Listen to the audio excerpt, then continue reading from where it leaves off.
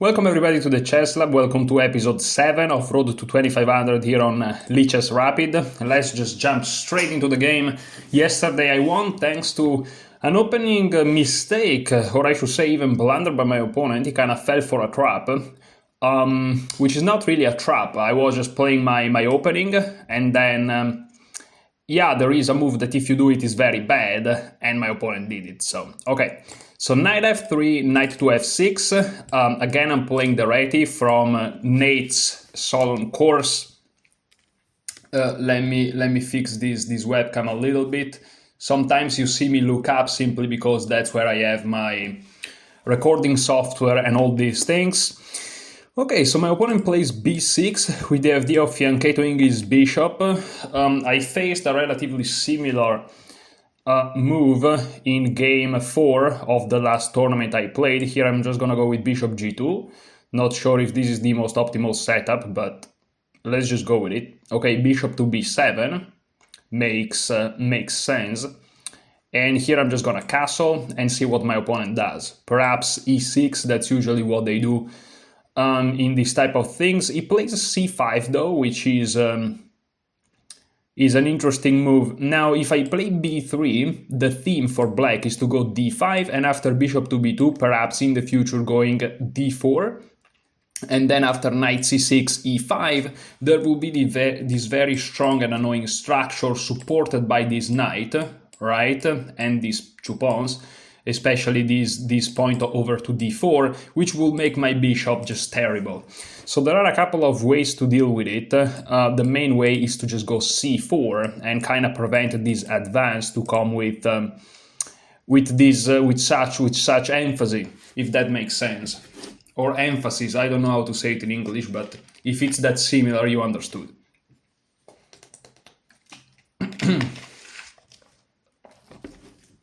And now e6 comes. I'm not sure my opponent wants to go for d5. Now it's time to understand how to develop my pieces. Not sure how to do that either. Do I want my knight to go to c3? Perhaps. Let's just play knight to c3. I'm basically playing asymmetrical English here, if you think about it. My opponent decided to add this setup with these pieces like that.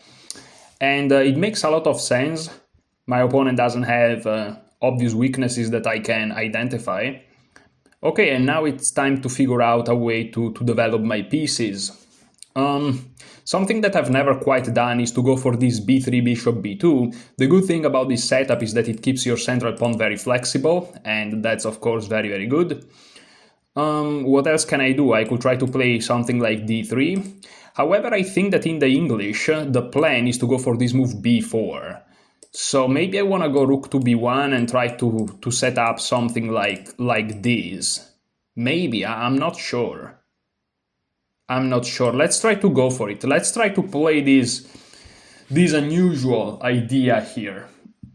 And let's see what my opponent does about it. Okay, so here I'm not sure if I can go b4 immediately. It's possible. Again, with that idea that, sacrificing pawns is not the end of the world, and then my knight has some decent squares, can also reroute to the center if it gets kicked. I would have d4 very nicely. So listen, I'm not super sure. I could also try to play d4 perhaps, and if takes, I lose my light square bishop, which is not great, but then I will most likely get b4. If I play a3 and he plays a5 to stop me, however, I have this square to b5 forever for my pieces, so you know what, I'm gonna go for it. And I'm gonna see what my opponent does. Perhaps they're gonna strike with with d5, and if they do that, well, we'll figure it out. I think I'm playing some relatively normal moves here. Probably not the best, but we do what we can, right? So okay, here my opponent is threatening to take this pawn. However, here I can take, right? And after they take back with the pawn, most likely I can play d4, kind of fixing their bishop behind this pawn. If they take with the knight, I can still play d4, to be honest, and yeah, just have a normal position. Maybe. Then they take, I take, they take, I take, They take here. So let's see, takes with the knight. Takes with the knight. I can just play this, if anything. Or I can just capture, perhaps. Not sure. What if they take with the knight? So I take, they take, I push, they take, I take. Oh no, but this pawn will be defended by the bishop. My visualization abilities are a little bit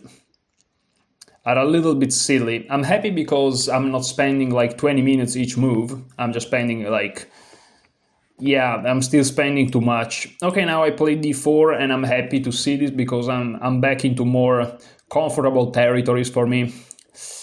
Simply because this now has the theme of their bishop being locked up, which is a very nice theme, of course. Now going b4 looks a little bit difficult since that square is highly controlled. It may be possible and there are tactics I'm missing, but I'm not sure about that. Perhaps I can play b3 bishop to b2.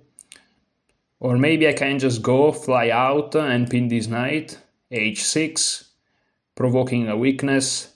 Then I capture and I just play e3. They take, and yeah, but then I also have an isolated pawn. Not sure what to do here. It's perhaps a slightly difficult position. I can take, and they have to take back with the pawn. That's of course possible. However, I would like to finish my development, you know, that's something that, you know, when you're a kid, you dream about finishing your development, don't you? So, yeah, but this is a difficult position. I really feel like it's quite a crucial moment. Is he threatening to take? No, not at all. If they take, I'm very happy, like really, really happy. Not sure how to continue this. Really not sure how to continue this. This is a critical moment here. Critical moment. Let's go for b3. I don't really like this b3 move, but I don't really see what else to do. I don't know what else to do here. Because I have certain advantages, but only if my opponent compromises his own play. And my opponent is not forced to compromise his own play at all. And they just did. So that's good. Now I take. Maybe I'm missing something. There is bishop c5, sure. But then their pawn is pinned. Okay, so that's very interesting, but not sure how effective that is. I don't think that's a very good idea, but perhaps it is. I can try to completely switch focus on this side of the board and try to go for bishop g5. That could be a very good idea, actually. There is also queen f4 as an idea. But then I get kicked around again. Queen h4, bishop back here. Not sure how much I like it. On the other hand, I want to go back to d1, but it may be the best move. But then knight to e4 comes, and it comes with tempo on the knight. So perhaps I want to go to a square where I protect my knight, like d3. And from d3 I don't get attacked any further. And also I'm supporting bishop e3 perhaps. Not really because there are forks. But again, now if he pushes I can just take here. And if he takes, I'm just gonna take here. It's risky, but it should work. Unfortunately, as usual, I don't have that much time. Bishop here is not really possible. And my idea next is to just go b4. That's my plan. And okay, now my opponent has an isolated pawn, which is of course amazing to see. And that's just great. But yeah, I really want to get this b4 in, kick his bishop around, Perhaps going rerouting my knight here, even though I have to be careful about pins. And then I want to play bishop b2, e3, rook d1, knight e2, knight to d4, because ideally you want a piece here, because every time you have to look for tactics like this, and you know, you gotta look for those tactics. And yeah, there are no things on this diagonal for the moment, which is good to notice. Knight here, actually, I think that I can just take. He takes, I take with the bishop, and however he takes, I just take back, and I have a nice position.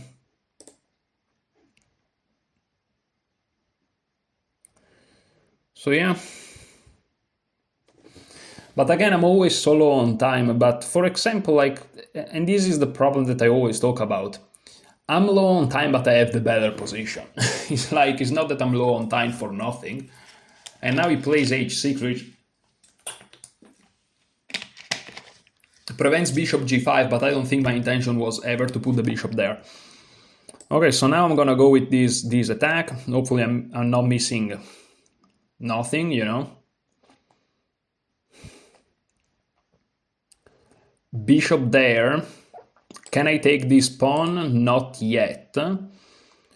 What if I play rook to d1 here? Rook to d1 looks like a decent move. There is also bishop to b2, but okay, let's just go rook to d1. Let's be very active. Also, I'm moving away from this diagonal, which you never know. If they push, I still take here. And I'm hitting the rook, that's the key factor, of course. He jumps in, which I'm not sure about that. I think this is just a bad move. I think that's just a bad move. I take, he takes, I take. Oh, and he takes. And if I take back, my rook hangs. Okay, but after take. Ah, okay, I can't do that. Interesting. Very interesting. That's very interesting, but I can take here, right? I can just take there. And his idea is take, fork. That's his idea. Then I go here, he takes here. I take here, he takes here, I take here. And this position is a big mess.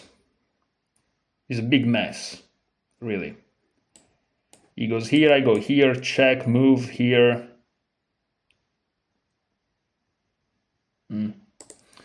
Big mess of a position. These are the perks of being up on time. Takes the pawn. They take. But after I take here and they take here, I can't take here, no, because again, this rook hangs in the end. I could sidestep and play queen c2, which threatens the knight on the spot. But then they take and they push. This guy, turns out we were playing with a genius. Okay, no, but I think this is just good. But if we are playing with a genius, this is not good, of course. So here, take. Because there is this crazy idea that he forks me here, I take, and they take with the bishop. Oh no, but then this falls, right? Yeah, that falls. Yeah. I think I'm gonna go for it.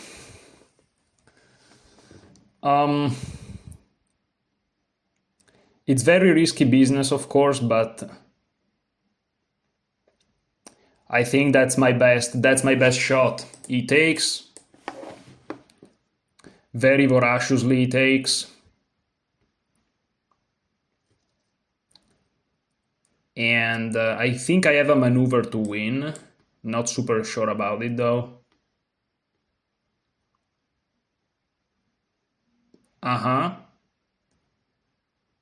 Now my idea is actually to go here. He check me, I move here, and I should be fine. He takes, I take, and I feel like I have the better position. I could be, of course, very wrong here, because if I go here, that's a double attack. So I'm not up a piece or anything here. So yeah, maybe taking here is his best shot. Because if he takes... Okay, now I take here. What am I missing? I'm really scared because...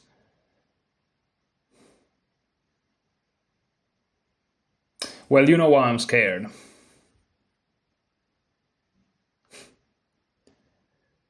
I hope he just takes back and I just play this and how is his knight getting out?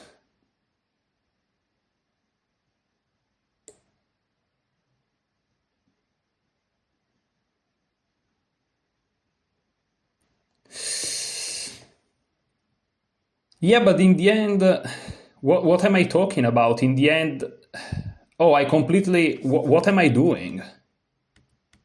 I completely miscounted I completely miscounted everything here. What am I doing? This is so wrong. Yeah, it's just gonna check me. What am I doing? I thought I was up a piece.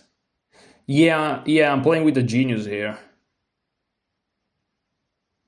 Playing with an absolute genius, and of course he plays this, which is obviously the best move. And if I take here, he takes here, and then I go here, and he takes... I take, I push, and it shouldn't be in time to stop my pawn. Unfortunately, we are playing with a genius, guys, so there's very little I can do, you know? Okay. Maybe I'll survive, maybe. Now I can check.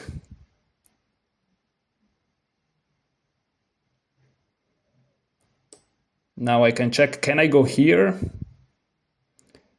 Takes. I should be able to defend. I'm super scared for obvious reasons. He goes here. What if I go here? He goes here. That's tough.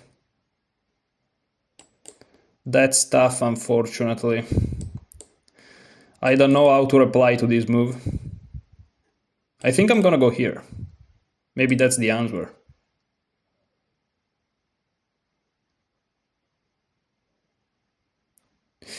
Oh, he does that. What if I go here? He wins. Oh, and he wins no matter what. And he wins no matter what. I mean, oh, I should have went on a dark squares. Oh, I should have went on a dark square. I should have went on a dark square. I would have saved myself. Yeah, but there is no way, like...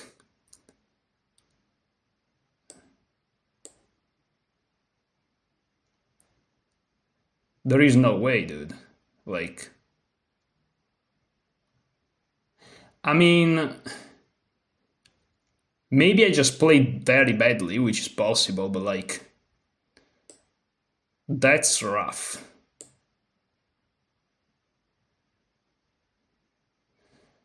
There is like a very slim chance that I'm still in the game. I just want to do this, except I can't do it.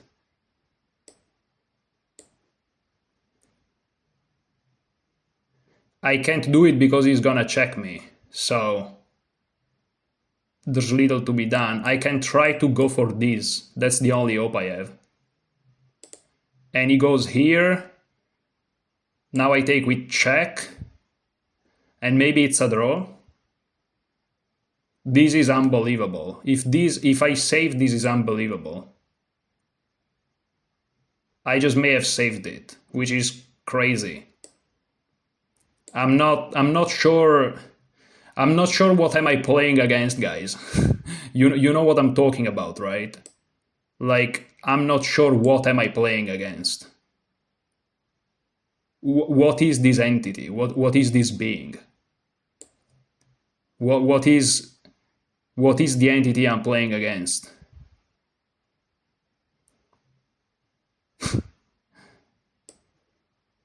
You may think this is a draw, but still far from it.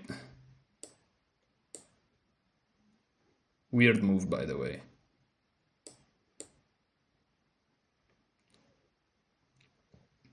I may have just messed it up again.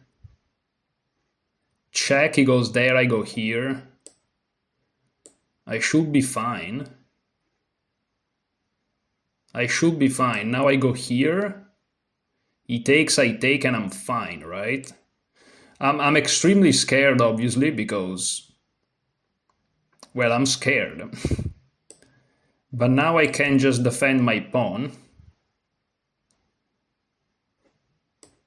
And now I can push this. Is he losing? Is he losing? What? What is going on here? I push, right? Oh, yeah, of course, I just push.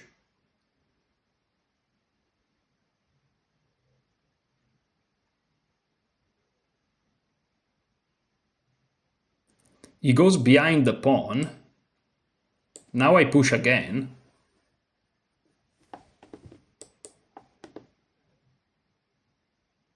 Is he losing? I'm threatening to check and promote. And if he goes in front, then I'm just moving my rook. He goes behind. Okay, probably only move. Can I lose a tempo here?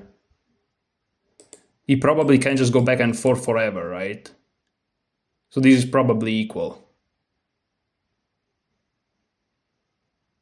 Yeah, this is probably equal, so let me go here and trade pieces. For a moment I thought I was winning, even, which is ridiculous. I'm offering a draw here. Okay. I'm not sure I was playing a human for a second. You know, in the end, of course, but for a moment I doubted. I don't know how I saved this. I have no idea. This is just crazy. I mean, what happened? What happened? Was this guy a human? I don't know. Because at some point, because you see, if he spent like 5 minutes on when he jumped with the knight to e4, I could understand. But he spent like no time on knight e4, and it's a genius move. Unless it's a mistake. If it's a mistake, then I'm just a moron, and it's possible, you know, sometimes you just play silly things. Why is he here if he didn't start the analysis? You can see it, but he's online on the page and he didn't start the analysis of the computer. They usually always do it.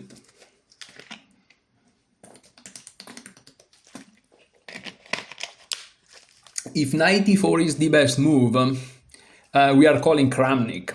If it's a bad move, then it's fine, and I'm just hallucinating, which is possible. Sometimes you hallucinate. But if knight e4 is the best move and he played it so fast, hanging like 2 pawns in 3 different ways, yeah. This is so bad.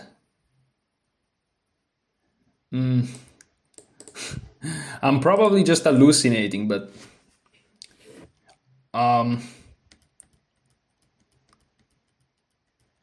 so far so good. Bishop c5, okay, queen d3, h6, bishop e7, rook d1.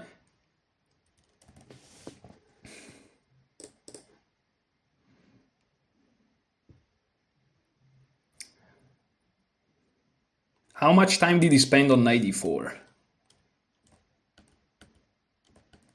He spent 11 seconds on knight d4. How can you play knight e4 in 11 seconds? Like, this is unbelievable. Again, here I actually was assuming I was playing a human, because, you know, I don't want to say anything, but like, I would have played bishop b2, which is, as you can see, knight takes d5 is a blunder, bishop b2 is best. But if you're playing a human and they play knight e4, especially if they play fast, they must have missed something. Like, because everything, like, this square is controlled 3 times, right? But I can't take it because in the end this hangs. And even taking here has massive issues. But like, all those calculations, you make them in like at least 2 to 3 minutes. You can't make those calculations in 11 seconds. And he did. Like, how can you do that? There is no way. It's not the absolute best move, but it's a playable move. But you don't play a move like that in 11 seconds. Now, since I've been playing those games for a while, let me tell you, I don't think this guy was cheating. I just realized that this is the way these people play. They play moves that perhaps they're good, perhaps they're not. And if it works, good, and if it doesn't work, it doesn't matter. Like, they don't care. This is what I realized. I try to go for the objectively optimal move. They don't. This is what I realized, which is very interesting. And it works because, again, there is time constraint. If they were playing over the board chess, it probably wouldn't work. Which, by the way, that explains why a lot of people that started playing online with the Queen's Gambit, they become strong online, then they go over the board and they face a wall. That makes a lot of sense. Yeah, time is a piece in chess, and is a very important one. So, okay, knight e4. So basically, I think it's crazy, but I think that what happened here is that he just got lucky that this worked. I think that this is what happened after all considerations. Like, that has to be it. He just played knight e4, which is a move that over the board you will spend like 10 minutes calculating everything here. And he just played it instantly here. And if it doesn't work, he doesn't care. It's just a rapid game only chess. Who cares, right? Which to me is weird, but I must assume that that's what is going on here, because there is no way he was cheating, because the rest of the game is just bad. So that's the only assumption I can have, that these guys don't care, which is, if I think about it, it makes a lot of sense, actually. I mean, it makes no sense, but it makes sense. So, okay, knight takes d5 I played with, because, again, there is no way that it doesn't work, right? Yeah, bishop b2 was just the best move, and after bishop takes, bishop f6, queen b3, bishop takes, threatening this, I guess. Bishop takes, rook takes, queen here, and in this line I managed to get up a pawn. Rook a to d8. Okay. So bishop b2 I should have perhaps played, but I couldn't believe that knight takes d5 was wrong, because it just wins a central pawn, and I saw the fork, I saw everything, but I saw also that there is this diagonal attack. I'm like, there is no way that it works out for them. There's just no way. Yeah, which is, I mean, I admit is not the good way to look at it, but yeah. I really think they got lucky, because in 11 seconds you can calculate all this. There is no way that he saw that all these implications of the rook. There's no way. In 11 seconds, there's no way. And again, this is the point. If he saw this in 11 seconds, he shouldn't be a 2080 rated player. He should be like 2200, 2300, 2400, right? That's the problem. You know, because you may say, well, people can play good. Yeah, but they wouldn't be rated so low. That's the point, you know. That's why sometimes you hear this concept of underestimating your opponent. It's not that you are underestimating it, you are estimating it to their rating. And a guy rated 2080 doesn't play 94 in 11 seconds, and it works perfectly. But he wasn't cheating because of other reasons, so he must have been lucky. Like, there's just no way. So yeah, the mistake on my part is that what should I have done? Like, I made my calculations. I made a mistake in calculation, I guess. But what you gotta do? I just try my best to calculate. So knight takes d5, which is wrong. Again, bishop b2. And the reason why knight takes d5 is wrong is because of queen takes d5, queen takes d5. And thank you, Lichess, for stopping so early. And after bishop takes d5, rook takes d5, there is knight c3, which I saw. I just thought that a move like rook d7 worked out for me. I then stopped on rook d3, but how does this not work out for me? Because here he has rook f to d8. Wow.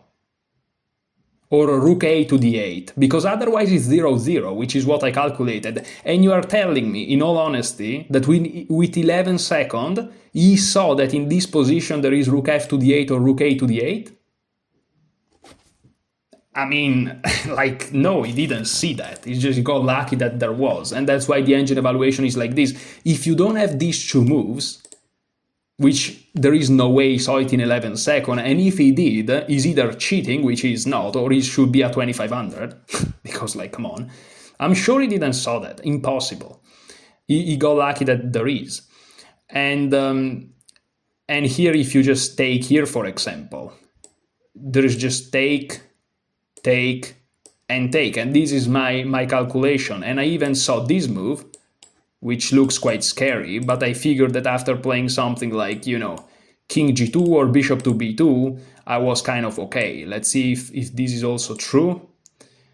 Yeah, I actually even saw this in my calculation and I wasn't super convinced, but I guess just going here is fine.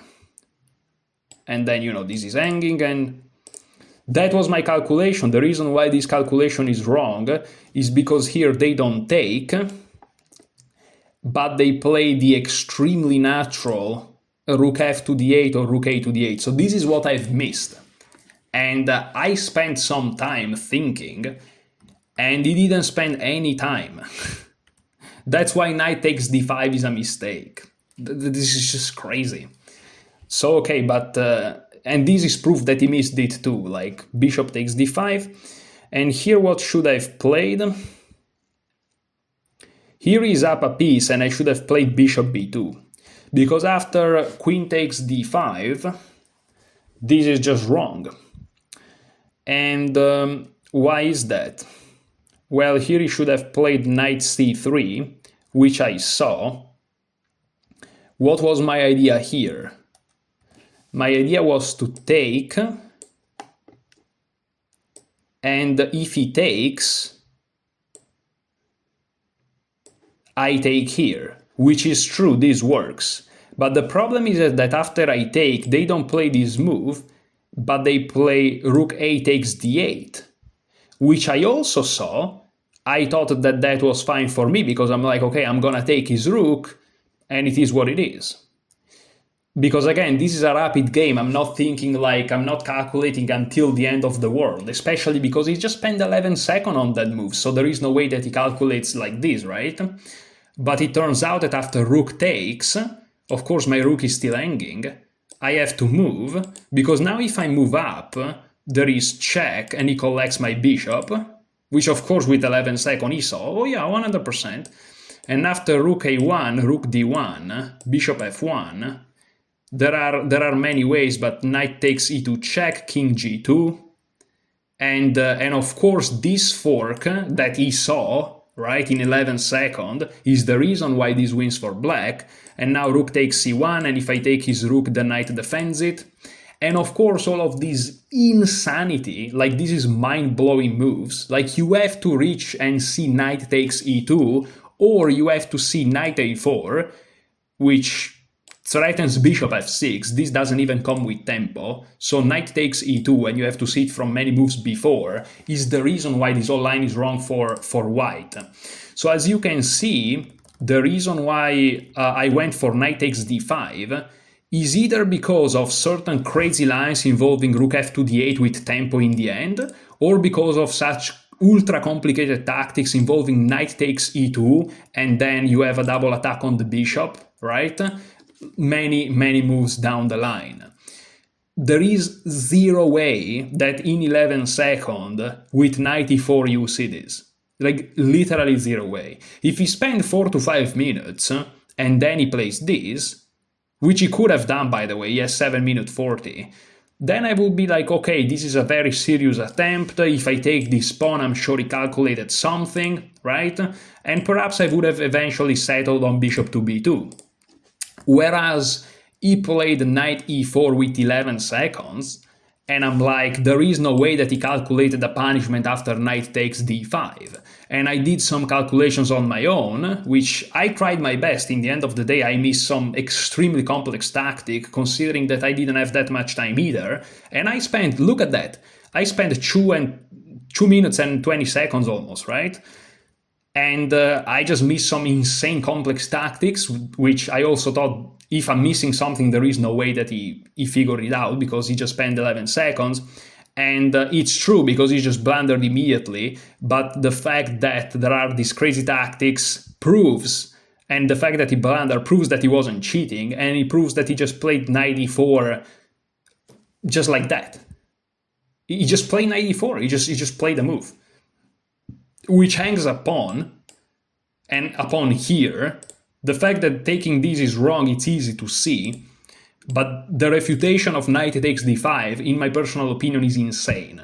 You can find it over the board, and over the board I would have played bishop b2, but like, and over the board nobody in 11 seconds played knight e4, by the way.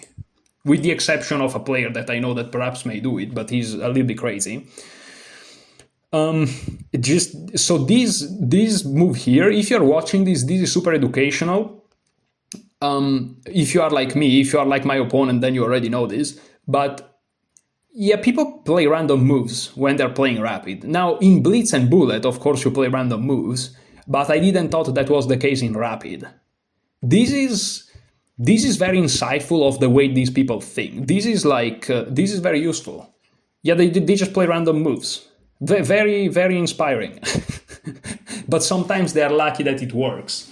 So they don't really... So first of all, they're not cheating, which is, you know, it's good to know. But also they just play random moves. And yeah, this just works. Crazy. And it doesn't work.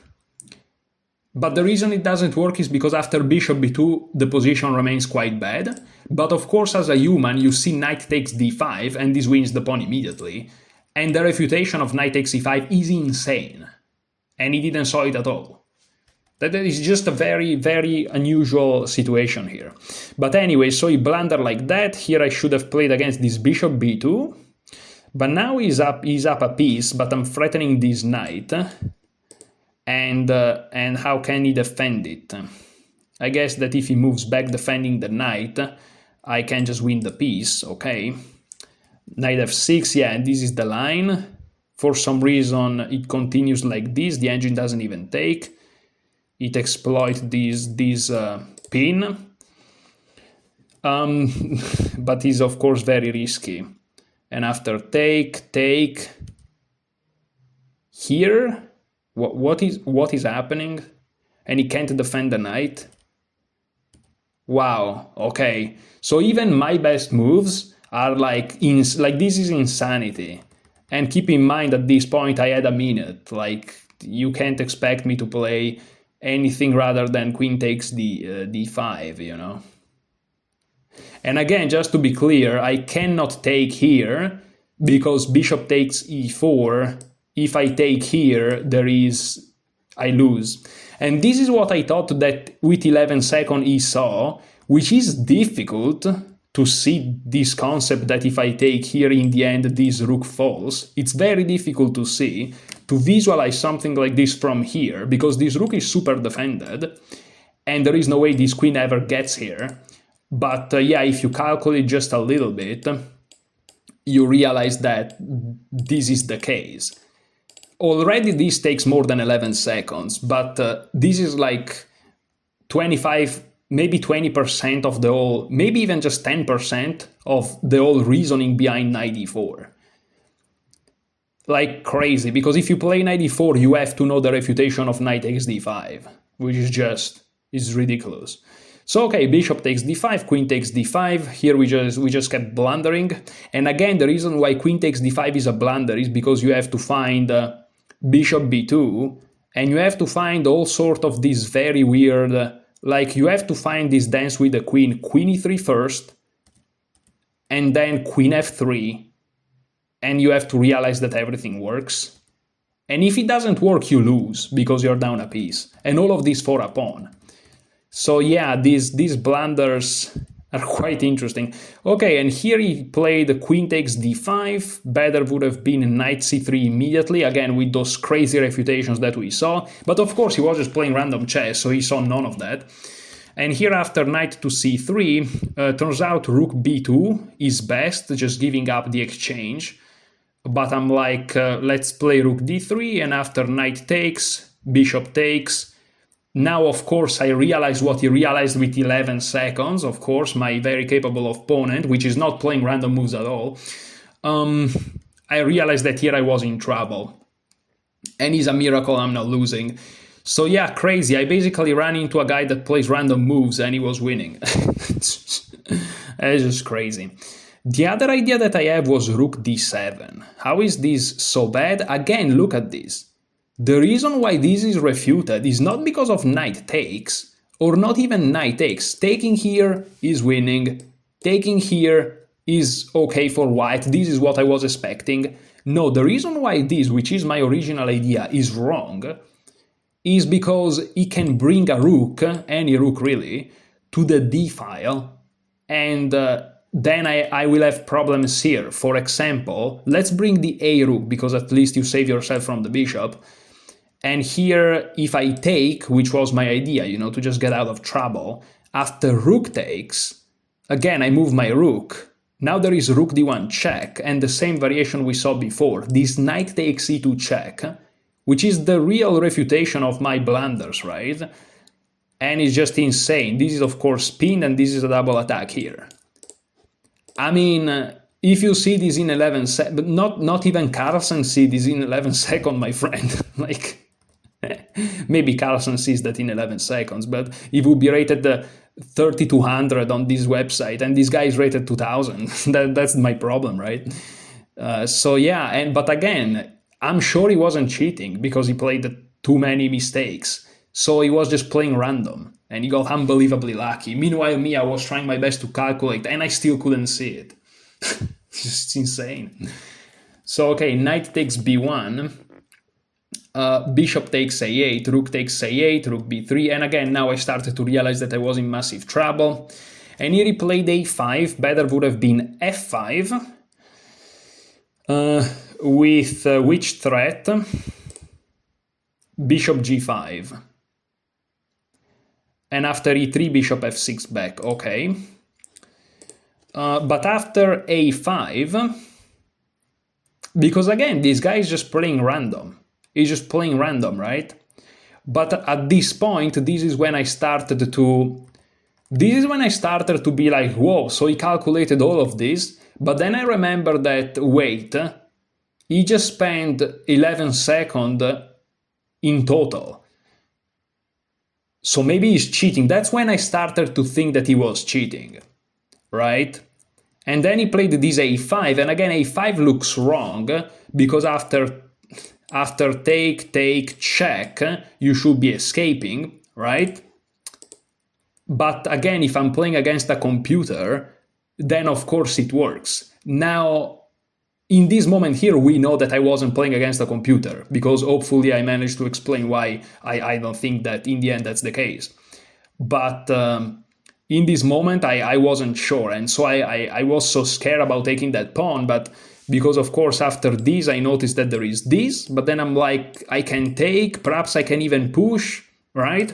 And this is my calculation. After b takes a5, he took back, right? However, if you play bishop takes, my calculation was 8 takes, and here, well, if you take like this, it's pretty clear that you can't stop the pawn, and so you have to the minimum, give back some material. But the point was this, and here I take here, and after bishop takes c1, after b7, I thought that he was a genius because he has bishop f4 stopping the pawn, because again, in my mind, he's a cheater at this point. But then I realized, no, I have my pawn on g3, and so here I just win. And that's when I started to make me think that he wasn't a cheater, but I still wasn't sure. And also I have 36 seconds and I had to make moves, so all of these things were going through my mind. And he just captured back. And even here, just capturing back, how much time did he spend? Dude, he spent 1 second. Like, how can you not at least spend some time thinking about bishop takes a3? Like, it takes a little bit to notice that, you know, this move here is stoppable, because if in that position he has a move to stop the pawn, he wins the game, he's up a bishop. But no, he spends 0 time again, which again proves that they're just playing random moves. And you may say, well, your opponent trusted you. Yeah, he trusted a guy with 40 seconds and basically no other options. Like, what do you mean he trusted me? So b takes a5, rook b8 check, and now I managed to kind of get out. Rook b7, bishop c5, rook b2, rook b1, and here I panicked. I panicked because, again, in my mind, this guy is a machine. Now I know that he's not. But in my mind, this guy is a machine, and so I'm like, I'm screwed. And so I played rook to c7. I played rook to b5. Yeah, better was to play rook c7. And here I'm hitting this. So if he takes here, I take here. But I panicked because I had 12 seconds, you know. And unlike certain players, I tried my best to think before playing a move, which I guess is not optimal in this format of time, as we saw also in other videos. So rook b5, bishop takes a3, and here I thought I was lost. But then I'm like, okay, let's take this pawn, and I noticed that taking here loses the bishop. That's the only reason why I did it. And because of unbelievable luck, after rook b5, he cannot untangle this situation. And so this is a draw. But this is unbelievable. This is just unbelievable. I got so lucky. The difference between me and my opponent is that he got super lucky and he's not thinking, and he has 6 minutes. Whereas I'm squeezing my brain to the hardest degree possible, and I have 9 seconds. That's kind of annoying. Here I play g4, best move, by the way, because of course he kind of slows down all this avalanche of pawns, and no matter what he does now I can take, and he has problems, so he has to improve his king. And here I played king to f3. All I have to do is to not put myself in positions where I can get checked and then he untangles.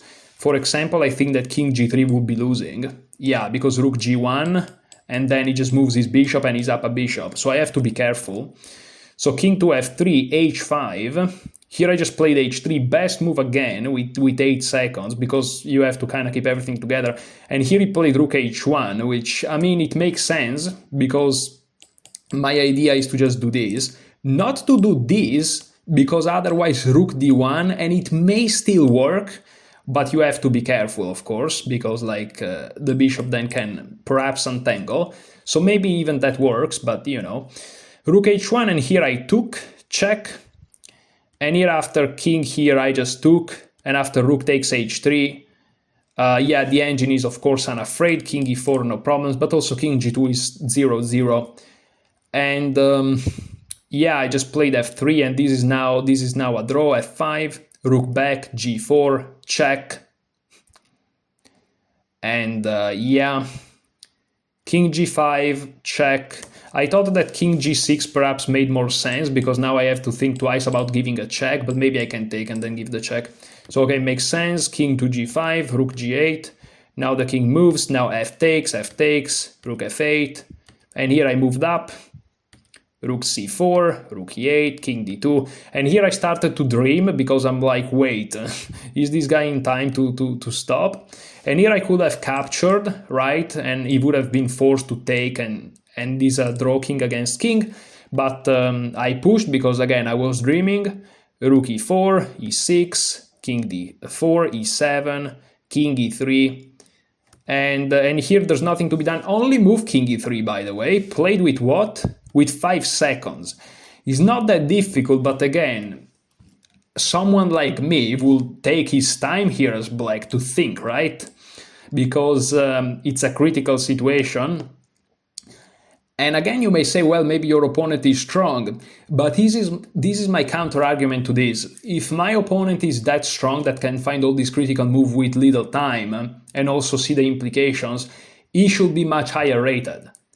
Like, please try to understand, I'm not saying that people that strong don't exist. Of course, there are levels to this game. There are people that are monstrously strong, but they're much higher rated, you see. That's the thing. That's what doesn't make sense. But okay, king e3, no, king e3 is playable, of course. If you go here, you lose, because I just move and then I promote. And if you go here, here, here, or here, or here, or you stay here, I'm just gonna move and promote. And if you just move the rook around, I'm gonna check and promote. So king to e3 is relatively obvious, even though 5 seconds is still, you know, not a lot. And here I just play rook g8, and okay, this is equal. Rook takes g4, and this is just a draw. Well, what to say? What a save. What a crazy save. I'm very, very happy. Insane moves. Very, very unusual opponent. Again, 100% sure he wasn't cheating. He just played some moves with very little time and on intuition, and he was just very lucky that they worked. He also, because of this playing style, missed some crucial wins, which is, yeah, it kind of makes no sense. But this hopefully was very insightful. You know, 10 plus 5 rapid, people just play random moves, like in Blitz and Bullet. It's not really different to them. So yeah, that's very useful to know. Thank you so much for watching. Enjoy your chess.